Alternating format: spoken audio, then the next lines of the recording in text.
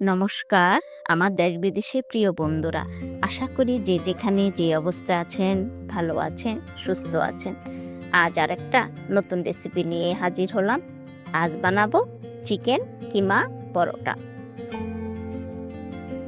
এই জন্য এখানে আমি 2 কাপ ময়দা নিয়েছি। পরিমাণ মতো লবণ দিলাম। চিনি দিলাম আমি 1 চামচ। গুঁড়ো দুধ দিলাম 1 টেবিল চামচ। এখন একটু মিশিয়ে নিচ্ছি। 2 টেবিল চামচ সয়াবিন তেল দিলাম। আমি ভালোভাবে ময়ান দিয়ে নিচ্ছি, তাহলে পরোটাটা খুব মচমচে হবে, খেতে ভালো লাগবে।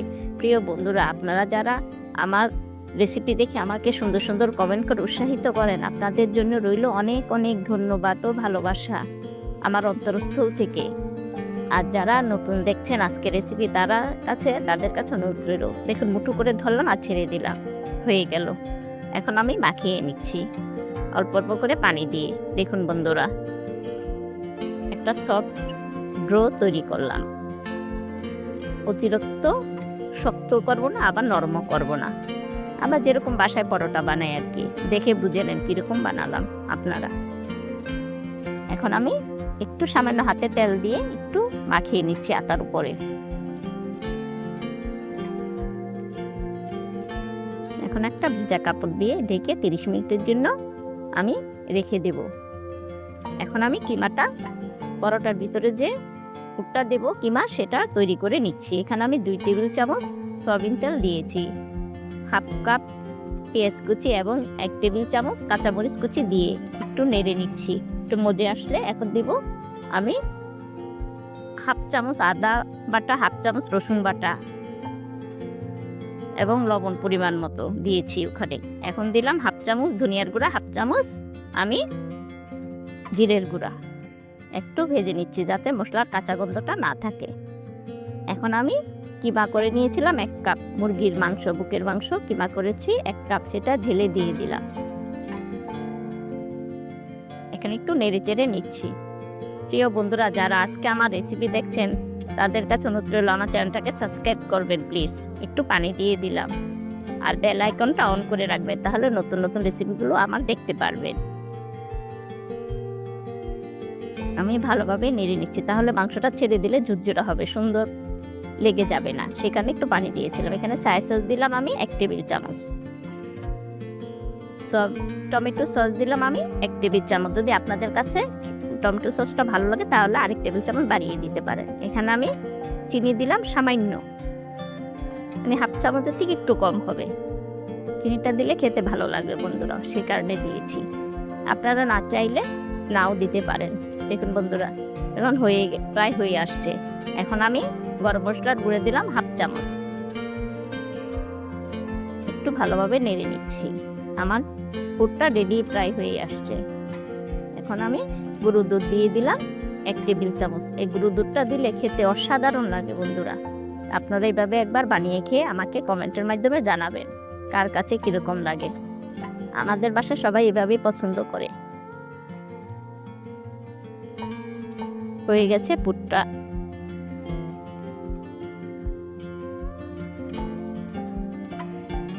এখন চুলাটা নিভিয়ে দিচ্ছি।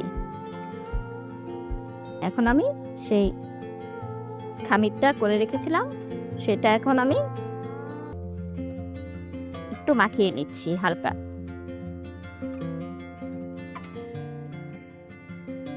এখন আমি গোল্লা করে নেব। এ পর্যন্ত এসে যারা লাইক দিতে বলেছেন, প্লিজ একটা লাইক দিয়ে নিন। আমি 4টা গোল্লা করে নিয়েছি। এখন আমি একটা গোল্লা এইভাবে ছোট রুটি করে নিচ্ছি।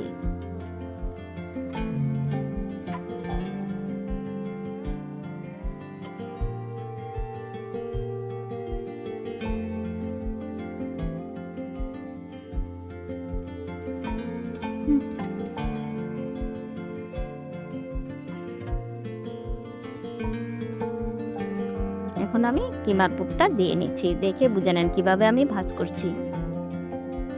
আমি আসলে সবার পরিবারে যাই। দেখুন বন্ধুরা কিভাবে ভাজ করছি। সবার পরিবারে গিয়ে আমি পুরোটা ভিডিও দেখে কমেন্ট করে আসি।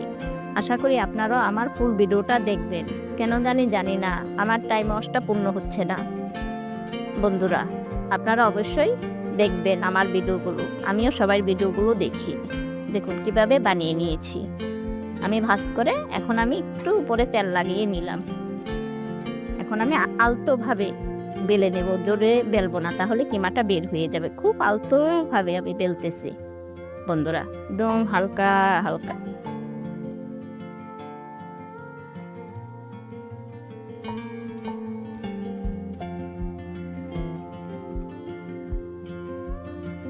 এখন তাওয়াটা আমি বেশ ভালোভাবে 5 মিনিট আগে গরম বসিয়ে রেখেছিলাম।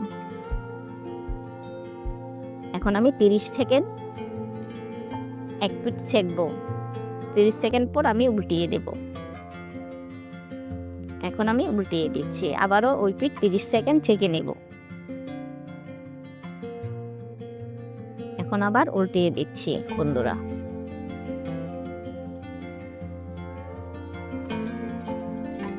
এখন চুলার আঁচটা লো টু মিডিয়ামে রেখেছি। আস্তে আস্তে করে ভাজলে পরোটাটা খেতে মচমচা হবে এবং ভিতরেও সুন্দরভাবে হয়ে যাবে। এখন আমি 1 টেবিল চামচ সয়াবিন তেল দিলাম। আমি প্রত্যেকটা পরোটার জন্য 1 টেবিল চামচ করে তেল ব্যবহার করেছি।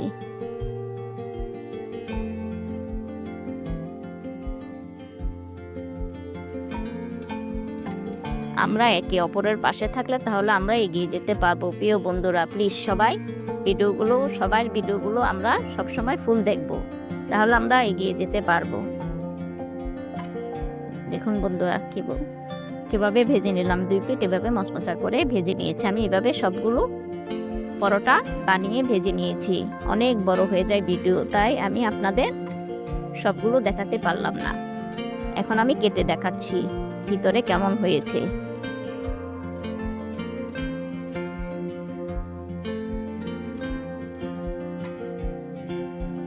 দেখুন কেমন হয়েছে। আমার ভিডিওগুলো যদি ভালো লেগে থাকে তাহলে অবশ্যই শেয়ার করবেন প্রিয় বন্ধুরা, বেশি বেশি করে। দেখুন ভিতরে কেমন হয়েছে পরোটা।